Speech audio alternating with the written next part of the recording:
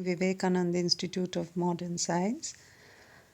Previously, we have dealt with the downward and upward movement of corporate communication, but today I would like to deal with the lateral or horizontal movement of communication and wind up with the diagonal or crosswise communication.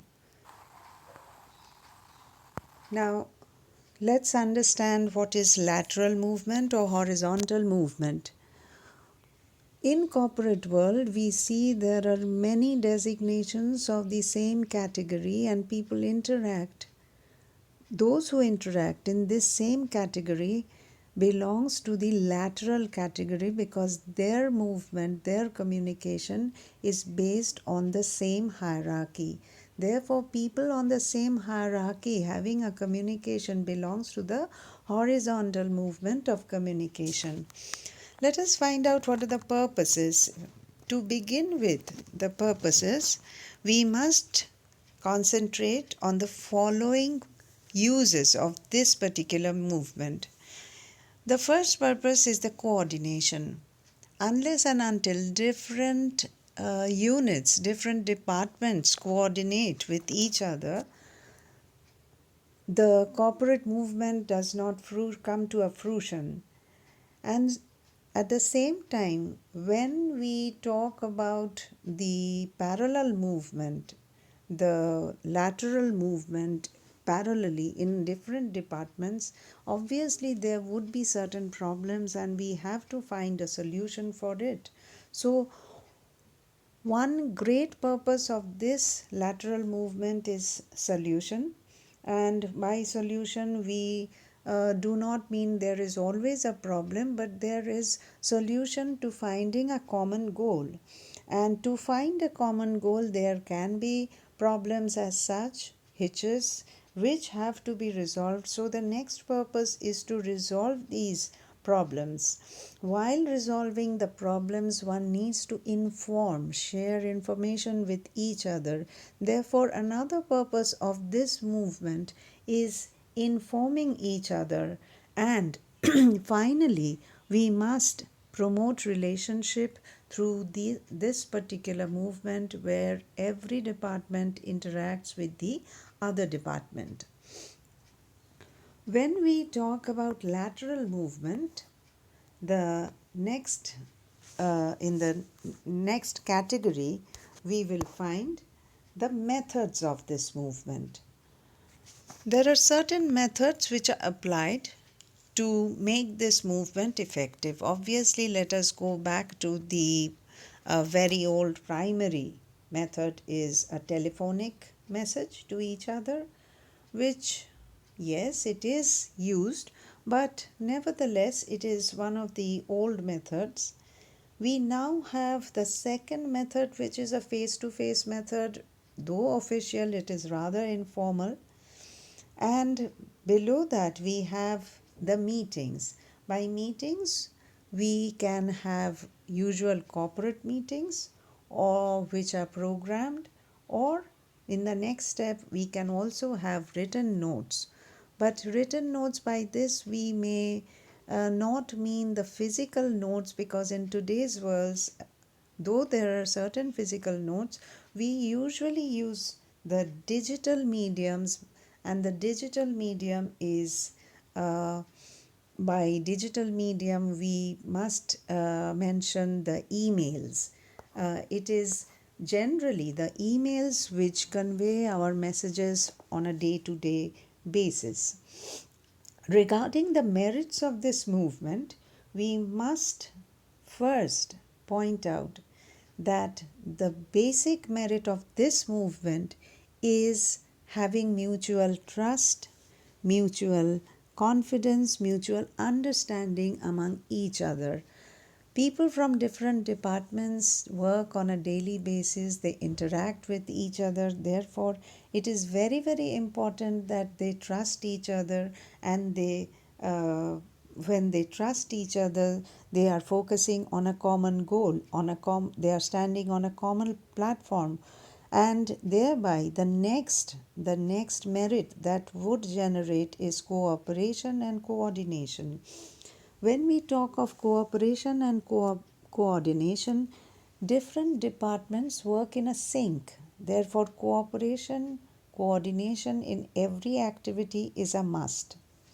In the third step, we must consider the problem solving areas. By problem solving areas, uh, the first criteria of problem solving is to talk to each other. Regular interaction among the partners of different departments, it helps if we resolve our differences through lateral talking, through lateral conversation. And finally, it also solves the interdepartmental problems. It can be interpersonal problems also, because each human being is different, each department is different, they may have different kinds of problems. Therefore, to solve interpersonal and interdepartmental problems, we bank on lateral communication.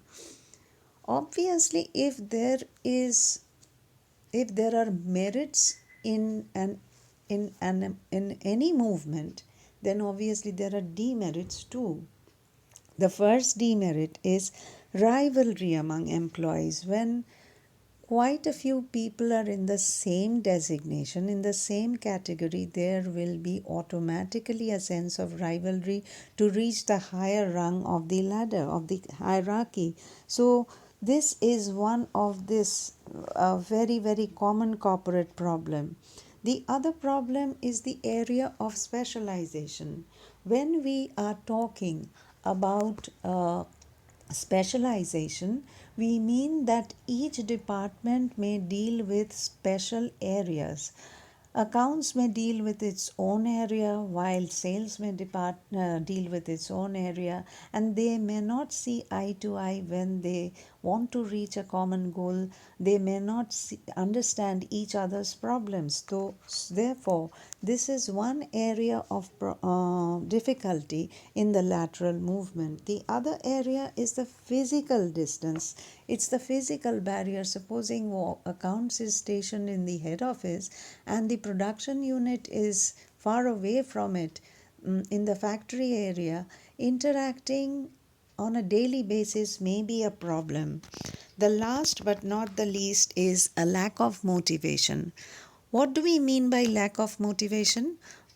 When we are in the same category, in the same designation, and there is this latent fear that someone is going to overtake me, obviously there will be a lack of motivation. People may feel disinterested in reaching their goals. But there must be ways to improve. Regular meetings, planned, it has to be focused, it has to be planned, where people should interact, people should discuss, people should focus on their goals, is one way.